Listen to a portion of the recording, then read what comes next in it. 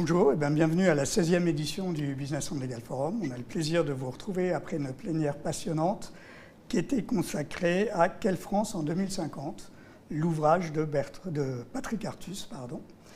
Et merci beaucoup pour votre participation. Et du coup, on avait quelques questions complémentaires à vous poser.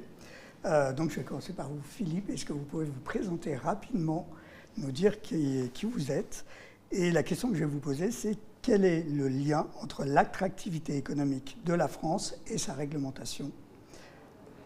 Allez, je vous donne la parole. Merci Guilain. Donc, je m'appelle Philippe Cohen, je suis en charge des affaires juridiques, affaires publiques du groupe Disney pour une partie de l'Europe. Et j'ai également fondé une ONG qui s'occupe de la prévention des cyberviolences. Qui s'appelle Respect Zone et qui a plus de 10 ans aujourd'hui et qui crée de la norme justement pour créer de l'auto-engagement pour dépolluer la planète numérique. Donc, par rapport à votre question, qui est une question fondamentale, puisqu'elle s'inscrit dans le Business and Legal Forum, d'ailleurs je note que Business and Legal sont attachés, ce qui montre bien que quand on crée de la norme, il faut avoir en tête pas uniquement l'appétence de la création de la norme, mais aussi l'intérêt business. Et c'est pour ça que, pour être récursif, ce que j'ai voulu proposer dans le Business and Legal Forum, c'est l'idée qu'ensemble, on puisse se dire mais pourquoi est-ce qu'on n'obligerait pas, dans la création de normes locales ou européennes, un test qui soit un test qui oblige, dès lors qu'un texte soit mis en œuvre, soit voté, soit écrit, soit promulgué, que ce texte oblige à faire le test de sa compatibilité avec l'attractivité de l'investissement étranger en France. En fait, c'est pour créer une obligation à la vertu dans l'attractivité d'un texte. Si un texte est fait en gros pour créer du protectionnisme local, ou si un texte est fait pour être un déterrant, c'est-à-dire une désincitation à l'investissement en France, va des rétros, goose die, on dit non, on dit celui-là, on le réécrit. Markup obligatoire. Donc ça, c'est la proposition.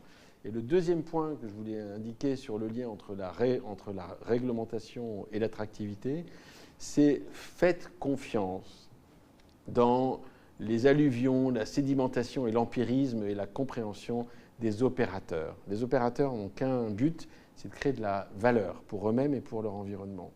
Donc quand une association professionnelle dit on va créer des normes pour améliorer les conditions de commercialisation d'un produit, pour prévenir les consommateurs de son contenu, comme les normes PEGI en matière de jeux vidéo. Au bout de quelques années, l'empirisme faisant, comme les chartes avec Respect Zone, fait que la norme, elle devient praticable, elle a été testée à tous les vents, et ensuite elle peut être transposée par le système de la législation et de la régulation.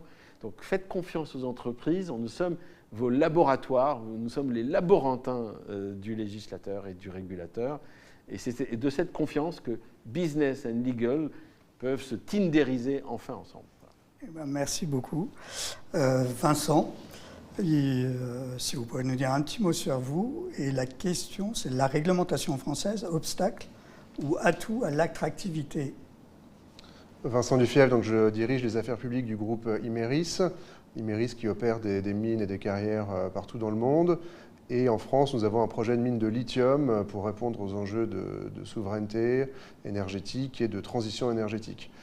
Alors évidemment, la réglementation et les normes, quand on opère un projet minier en France, c'est plutôt un fardeau, puisque ces normes environnementales, sociales, si nécessaires et précieuses qu'elles soient, peuvent engendrer évidemment des délais et un surcoût par rapport à nos compétiteurs étrangers qui peuvent être un petit peu moins regardants sur certains sujets.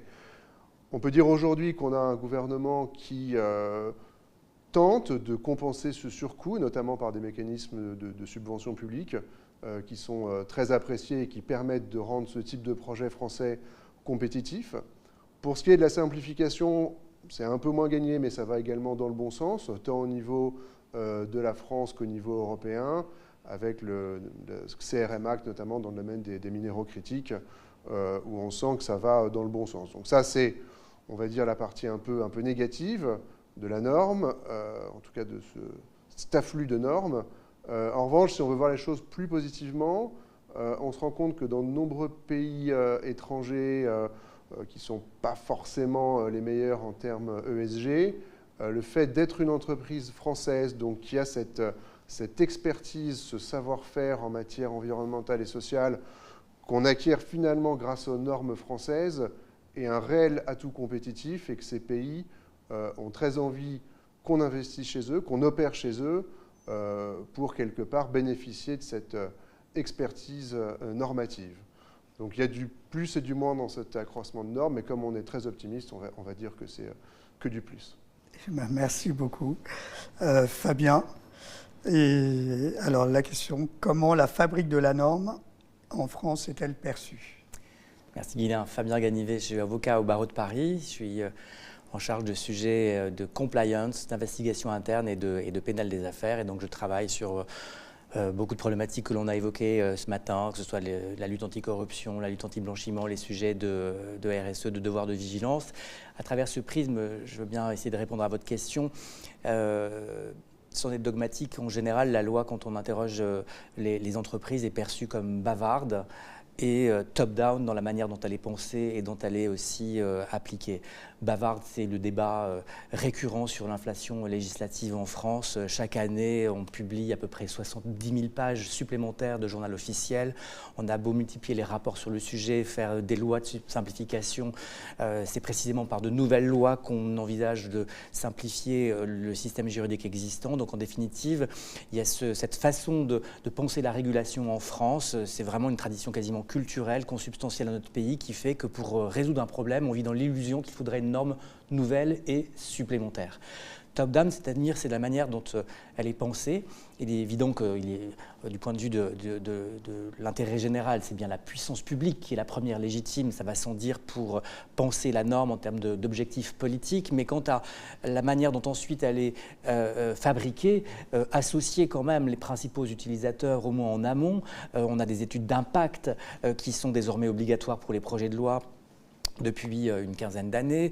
On a un certain nombre de forums qui pourraient tout à fait être développés où les acteurs publics et les acteurs privés auraient une vraie plus-value à se rencontrer pour précisément avoir cette évaluation aussi bien au plan juridique et économique, le fameux legal and business dont parlait Philippe à l'instant. Et c'est des pistes qui sont pour l'instant trop peu explorées. Donc je pense que si de ce point de vue-là, la France pouvait avoir une vision un peu moins verticale des choses, mais un peu plus contractuelle, la compétitivité de la France ne pourrait qu'y gagner. Eh ben, merci beaucoup. Moi, j'ai quand même une bonne nouvelle à vous annoncer, puisque là, je viens de voir avec le ministère de la Justice pour la transposition de la directive CS3D. Ils souhaiteraient qu'on fasse un groupe de travail, entreprise, ministère et Trésor, pour justement travailler sur comment organiser cette transposition dans le droit français. Donc un grand merci à vous. Bravo. Et puis je vous donne rendez-vous le 10 avril prochain pour le Global Anti-Corruption and Compliance Summit. Merci beaucoup, à bientôt. Merci à vous. Au Merci revoir. beaucoup.